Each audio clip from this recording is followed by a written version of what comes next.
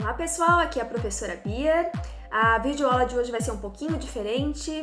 Houve algumas eventualidades que impossibilitaram usar o programa convencional.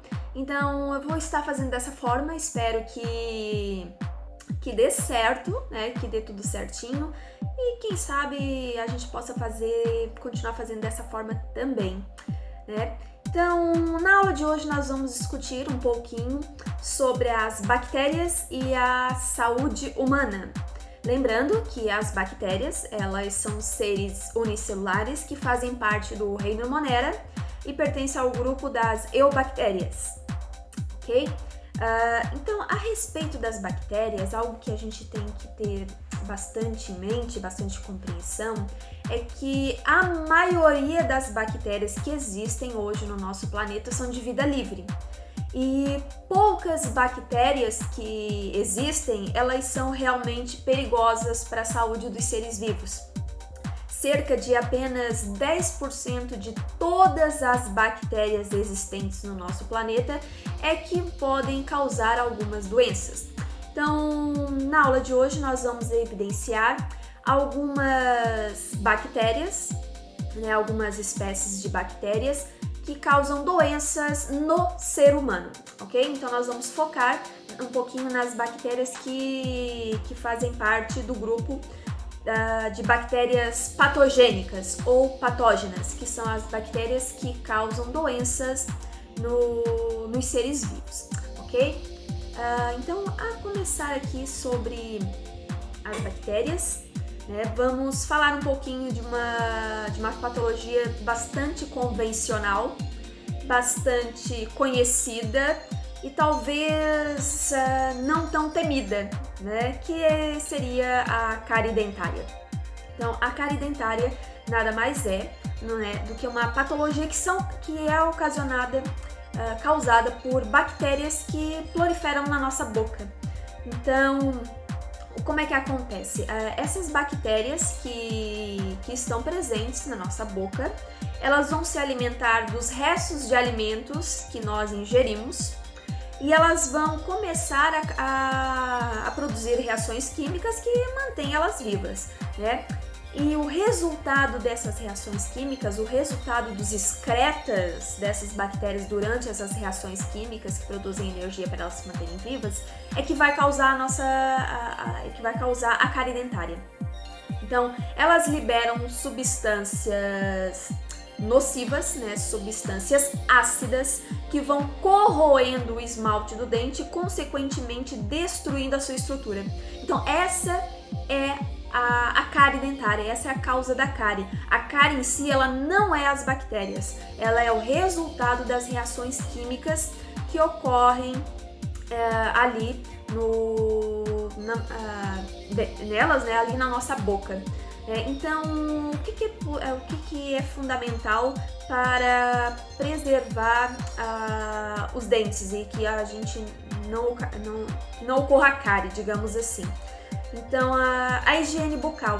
A higiene bucal, ela é essencial para a prevenção da cárie, com a escovação correta dos dentes após cada refeição, e principalmente quando os alimentos contêm muitos açúcares, Os açúcares, como vocês bem sabem, já estudaram isso, o açúcar é a fonte principal de energia dos seres vivos. Então, as bactérias gostam muito dos alimentos que são ricos em açúcares, então elas vão principalmente produzir muito excreta com relação a esse tipo de alimentação.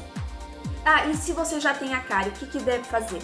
Deve fazer um tratamento dentário, procurar um dentista e fazer o tratamento para a retirada do material que está danificado, em alguns casos mais severos até a extração do próprio dente.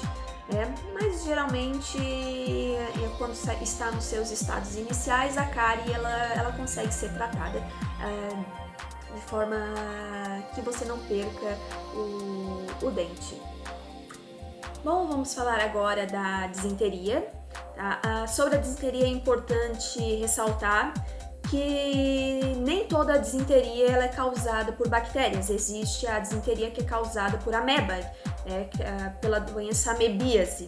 Então nós vamos ter disenterias causadas por bactérias, geralmente o bacilo, que a gente chama de disenteria baciliar, e também bactérias causadas por amebíase, do ameba, que é um protozoário. Bom, com relação à disenteria baciliar, ela é uma inflamação severa no intestino, tá?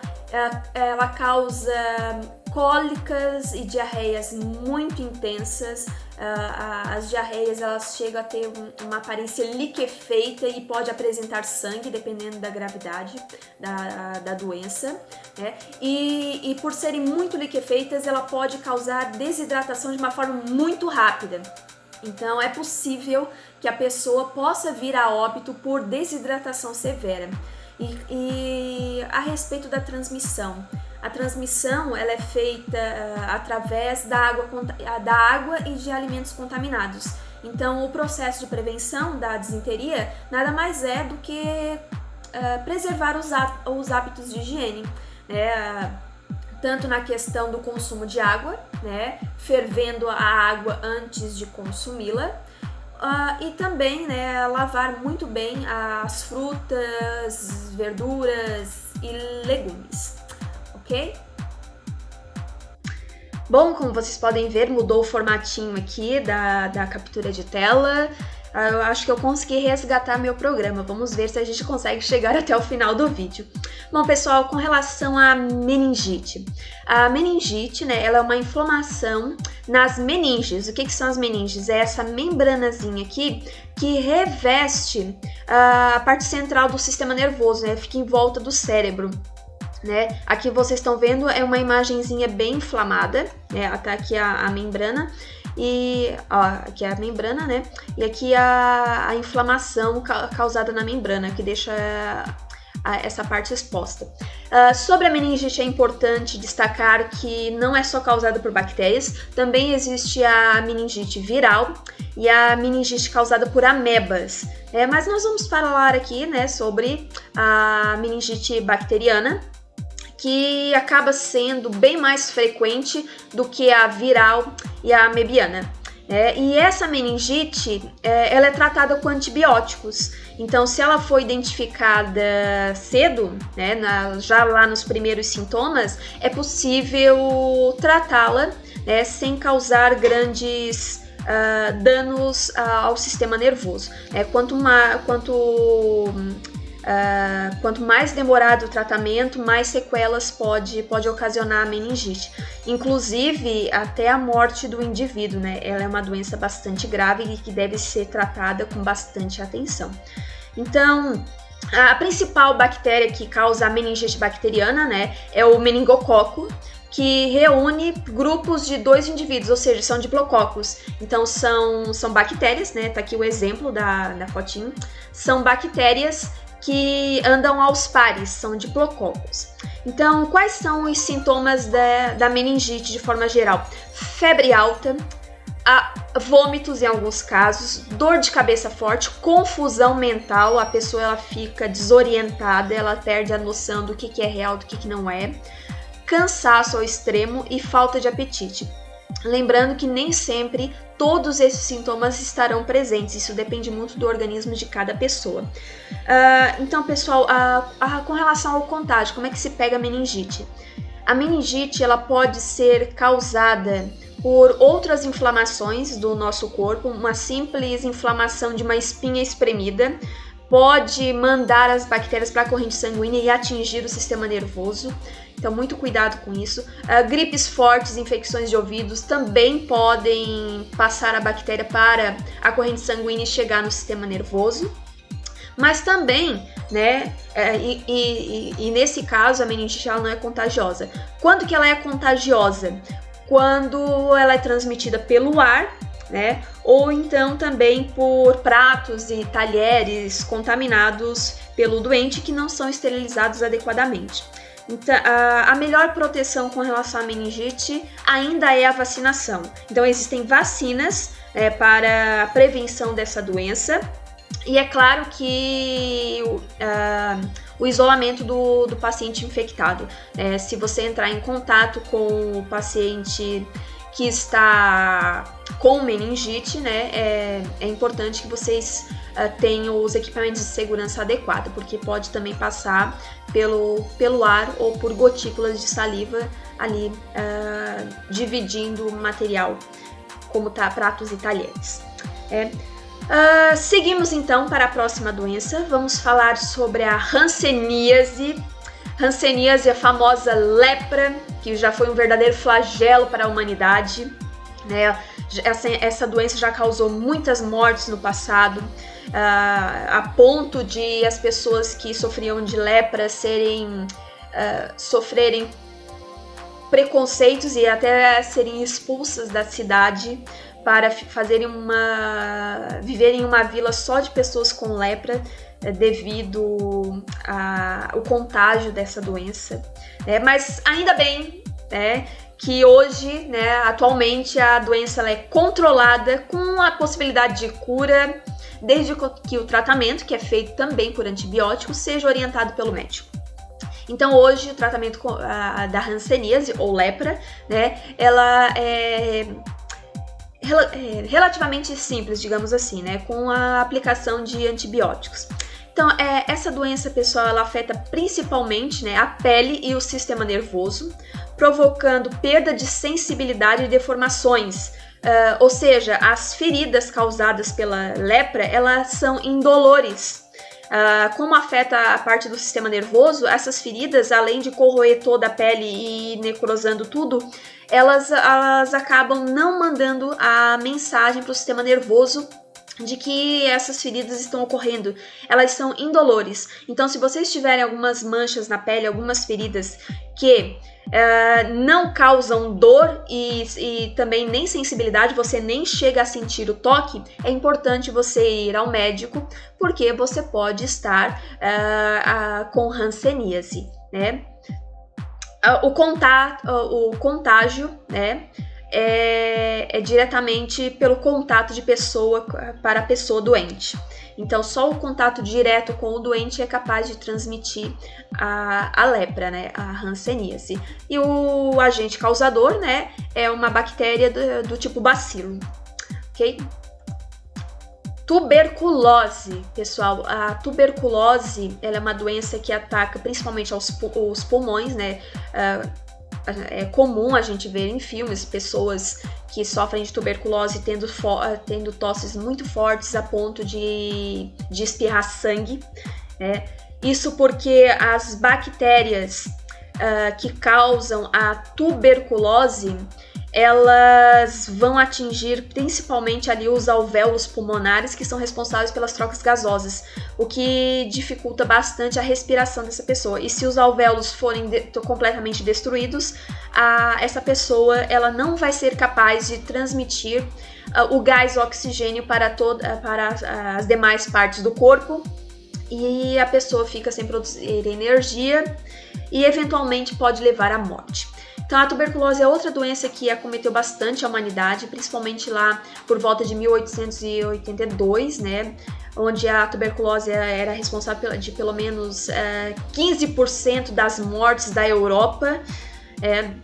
Mas hoje a doença ela tem tratamento e também existe a vacina preventiva, que é aplicada na infância, que é a vacina BCG. O tétano, pessoal. O tétano é uma doença causada por bacilo, tá? Esse bacilo, ele produz uma substância que é altamente tóxica para o sistema nervoso. Então, a pessoa que sofre de tétano, ela é acometida por fortes contrações musculares extremamente dolorosas, a pessoa se torce de dor, é algo assim bastante desagradável, são contrações muito fortes e muito doloridas. Além dos espasmos musculares, a rigidez do pescoço, o pescoço fica rígido, a pessoa sente tontura, suor em excesso, febre e palpitações. É uma doença grave, com alto índice de mortalidade, se não houver tratamento adequado. Nós temos um tratamento preventivo, que é através da vacinação, que começa... essa vacinação, ela começa, se não me engano, na infância e adolescência, e você vai renovando, né, em eventos da idade adulta. Mas se porventura você se acometer do tétano sem ter sido vacinado, existe o soro antitetânico que neutraliza a toxina desse bacilo, ok? E é muito fácil de prevenir, né? Além da vacinação, é claro que você deve evitar andar descalços em locais onde possa encontrar objetos pontiagudos e enferrujados, que é onde as bactérias costumam se aglomerar.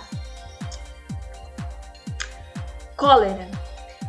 A cólera, ela é uma doença bem grave, que acomete principalmente países pobres, onde o saneamento básico é extremamente precário. A cólera, ela é causada por uma bactéria do tipo Vibrião, né? Essa bactériazinha aqui, né, flagelada. E o contágio, pessoal, ele é feito principalmente por água contaminada e alimentos contaminados. Daí o alto índice de cólera em países subdesenvolvidos, onde o saneamento básico é precário. Então, a maioria das pessoas que sofrem de cólera, elas adquiriram a doença através da água contaminada, principalmente. E o que causa essa bactéria? Ela causa vários desconfortos intestinais. Como elas liberam uma substância tóxica, elas afetam as células intestinais, causando o quê? O mau funcionamento do intestino. Então, o intestino, as células do intestino, elas deixam de funcionar. A água e os nutrientes não são absorvidos e encaminhados para o corpo, e causando grande perda de água e de sais minerais na diarreia. Então, a pessoa com cólica, ela tem ela tem cólicas muito fortes e grande perda de líquido através da diarreia. Aonde pode ocasionar desidratação de uma forma muito rápida e até mesmo a morte. O índice de crianças que sofrem de cólera em países pobres é extremamente alto e absurdamente triste. Mas essa doença ela pode ser controlada com um saneamento básico adequado. Sífilis. A sífilis, ela é uma infecção sexualmente transmissível. Ela é causada por uma bactéria do gênero Treponema, né? E apesar da sua extrema gravidade, né, quando ela não é tratada devidamente, a sífilis, quando ela é diagnosticada no início, ela tem capacidade de cura, embora com a administração de antibióticos. A sífilis, antigamente, se não me engano, por volta aí da década de 60, ela era conhecida como a doença do amor, porque era muito comum o contágio de sífilis durante as relações sexuais. Então, essa sífilis, ela aparece em estágios. Ela começa com pequenas feridinhas na pele que vão se alastrando por todo o corpo. Começa ali pelos órgãos genitais e vai se espalhando por toda a pele. Em casos extremamente avançados, né, ela acaba por não ter mais a capacidade de cura. Mas se for tratada bem no início, aí não tem problema nenhum. Não tem problema nenhum, não. Ela é tratável, digamos assim, tá? Então, pessoal, a aula de hoje encerra por aqui. É claro que nós vamos ter muitas outras doenças bacterianas, mas em algum outro evento a gente pode estar comentando sobre elas, ok? Qualquer dúvida que vocês venham a ter, vocês podem entrar em contato comigo, né, através das redes sociais ou até mesmo lá do Google Classroom, ok? Até a próxima e tchau, tchau!